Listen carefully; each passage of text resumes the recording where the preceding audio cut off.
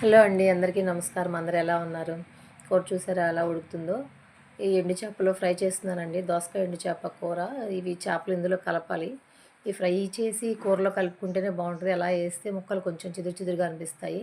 ఇక్కడ కాకరకాయ టమాటా కర్రీలాగా చేశానండి. ఇలా చేస్తేనే తింటున్నారు ఇంట్లో ఇష్టంగా. ఈ చేపలు కొంచెం ఫ్రై అయితే ఇందులో కలిపేయాలి. ఆల్రెడీ అన్నం కూడా వండేసాను. వీడియోస్ పెట్టట్లేదు ఏంటి అని అందరూ అడుగుతున్నారు. నాకు కొంచెం హెల్త్ ఇష్యూస్ రావటం వల్ల వీడియోలు సరిగ్గా పోస్ట్ చేయట్లేదండి. వీలైతే కంటిన్యూస్గా పోస్ట్ చేయడానికి ట్రై చేస్తాను. లాంగ్ వీడియోస్ కూడా పెట్టడానికి ట్రై చేస్తాను. చాలామంది అడుగుతున్నారు, వ్యూస్ వచ్చినా రాకపోయినా ఒకసారి స్టార్ట్ చేసినాక కంటిన్యూ చేయాలి కదా, మధ్య మధ్యలో ఆపకూడదు, ఎందుకు అలా చేస్తున్నావు అని అడుగుతున్నారు. నాకు హెల్త్ సహకరించట్లేదండి చేయడానికి, అందుకని చెప్పేసి వీడియోలు సరిగ్గా పెట్టట్లేదు.